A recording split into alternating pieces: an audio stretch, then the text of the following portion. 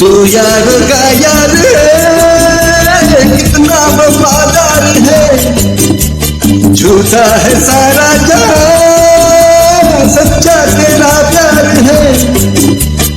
बदला न बदला, सारी दुनिया गई है बदल। चल चल चल चल मेरे साथी, ओ मेरे हाथी। हाथी के दांत देखने के और खाने के और होते हैं, ये कहावत तो आपने सुनी ही होगी। पर आज आप हमारा ये प्रसंग देखने के बाद ये मानने लगेंगे कि हाथी की इंद्रियां देखने के और पहचानने के और होते हैं। दरअसल दोस्तों, हम अपने शोध दल के साथ अक्सर गुफाओं की तलाश में जंगल और पर्वतों में घूमते रहते हैं। उन्हीं दौरान हमारी भेंट कुछ ऐसे व्यक्तियों से हो जाती है जिनके जीवन में कुछ ऐसे घटना घटी होती है जिन्हें वो हमेशा याद करते रहते हैं, कभी भूल नहीं पाते। केवल यही नहीं, बल्कि उन्हें जानने पहचानने वाले, उनके आस पड़ोसी वाले, उनके विभाग वाले भी उनकी पहचान उस घटना से ही करते हैं। ऐसे ही एक बार हम छत्तीसगढ़ के चांपा जांजगीर के वन क्षेत्र में घूम रहे थे कि तभी हमारी मुलाकात वहां के एक वन कर्मी श्री शिव कुमार गबेल जी से हुई, जिन्होंने अपने जीवन में एक हाथी के बिछड़े हुए बच्चे को अपने मां से मिलाया था। तो चलिए, मैं डॉक्टर जयंत विश्वास आज आपसे इसी प्रसंग पे बात करते हैं कि कैसे शिव कुमार गबेल जी ने अपने सहकर्मियों के साथ एक बिछड़े हुए हाथी के बच्चे को अपने मां से मिलाया था। दुनिया में एक बच्चे और उसकी मां का संबंध कितना गहरा होता है, यह हम भली भांति समझ सकते हैं। जहां मनुष्य में एक स्त्री अपने बच्चे को 9 महीना तक अपने कोख में पालती है, वहीं हाथियों में एक मादा हाथी अर्थात एक हथनी 22 माह तक अपने बच्चे को अपने कोख में पालती है। और जब वो बच्चा पैदा होता है तब वो लगभग 100 किलोग्राम वजनी, वो 1 मीटर लंबाई लिए हुए रहता है। जैसे कि हम जानते हैं कि हाथी एक झुंड में रहना पसंद करता है, जिसके चलते उस झुंड में जो भी बच्चे पैदा होते हैं उसका लालन पोषण का जिम्मेदारी केवल उसके मां पे नहीं, बल्कि उस झुंड के सारे हथनियों पे होता है, जो लगभग 2 वर्ष तक वहां पैदा हुए बच्चों का देखभाल करते हैं। और ऐसे हालत में एक हाथी के बच्चे का किसी भी उस झुंड से बिछड़ जाना बड़े असामान्य से घटना सी लगती है। यह घटना वर्ष 2017 माह नवंबर की है, जब सुबह सुबह 5 बजे गबेल जी छत्तीसगढ़ राज्य के जिला बिलासपुर के अंतर्गत आने वाले वन क्षेत्र जरगा में गश्त लगा रहे थे। तभी उन्हें एक छोटे से गड्ढे में गिरा हुआ एक हाथी का बच्चा दिखा, जो कि अर्धमूर्छित अवस्था में था। शायद सायंकाल में यहां से कोई हाथी का झुंड गुजर रही होगी, जिसके चलते ये बच्चा उछलते कूदते इस गड्ढे में गिर गया और यही मूर्छित हो गया। खैर, गबेल जी ने इसे देखते ही अपने अधिकारियों को सूचित किया, वन प्रबंधन समिति के सदस्यों को सूचित किया, वाहन का व्यवस्था की। वो सबकी सहायता से इस हाथी के बच्चे को उस गड्ढे से बाहर निकाला। इसके बाद उन्होंने वाहन में इसे लाद कर अपने कार्यालय में ले आए, जहां प्राथमिक चिकित्सा के बाद सब मिलके इस हाथी के बच्चे के मां को ढूंढने का कार्य आरंभ किया। हाथी के बच्चे की मां को खोजी दल ने एक ही दिन में खोज निकाला। जिस गड्ढे पे वो बच्चा पड़ा मिला था, उससे लगभग 4 किलोमीटर की दूरी में।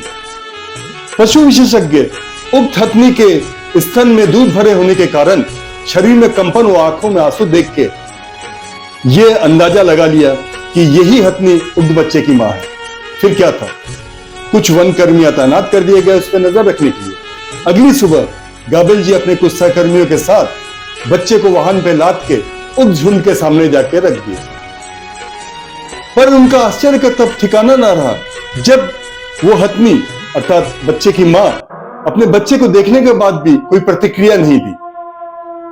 और ये बात इन सब वन कर्मियों के माथे में शिकन लाने के लिए काफी थी। वे वहां घंटों भर इंतजार करते रहे कि शायद वो मां अपने बच्चे को पहचान जाए, पर ऐसा हुआ नहीं। फिर शाम ढलने के पहले फिर से उस बच्चे को उन्होंने वाहन में लाद के अपने कार्यालय में वापस आ गए। यही कार्यक्रम अगले 3-4 दिनों तक चलता रहा, पर वो हथनी अपने बच्चे को नहीं पहचान पाई। समय बीतता जा रहा था। वो हाथी का बच्चा वहां के वन कर्मियों से घुल मिल सा गया था। वे साथ साथ समय व्यतीत करने लग गए थे, पर अंदर ही अंदर गाबेल जी को ये चिंता सताई जा रही थी कि आगे क्या होगा, इसका खर्चा कौन उठाएगा। क्योंकि वो हाथी का बच्चा दिन भर में 8 से 10 लीटर दूध पी जाता था। ठंड का मौसम होने के बावजूद उसे दिन में 3 से 4 बार नहलाना पड़ता था।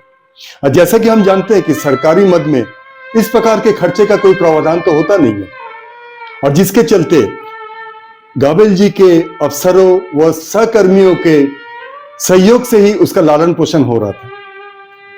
आगे वे पशु विशेषज्ञों से विचार विमर्श करके ये समझ गए कि हाथियों को इस हाथी के बछड़े में कोई हाथी का गुण नजर नहीं आ रहा, जिसके चलते वो इसे नहीं अपना रहे।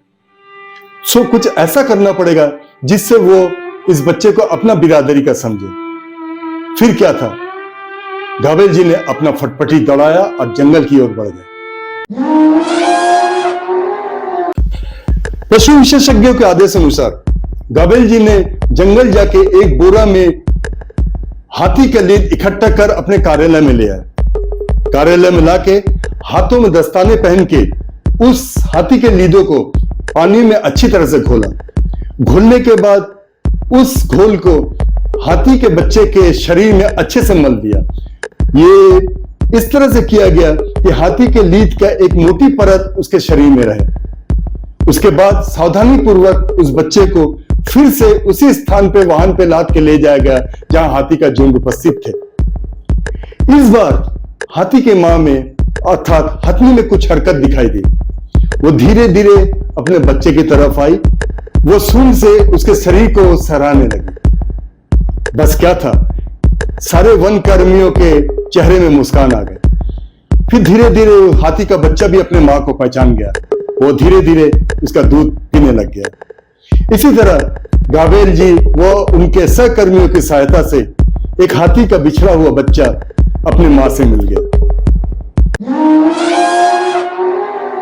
दोस्तों, अगर आपके साथ भी ऐसी कोई रोचक घटनाएं घटी हो और आप चाहते हैं कि वो लोगों तक पहुंचे, तो आप हमको संबंधित छायाचित्र वो वीडियो क्लिप के साथ ईमेल कीजिए।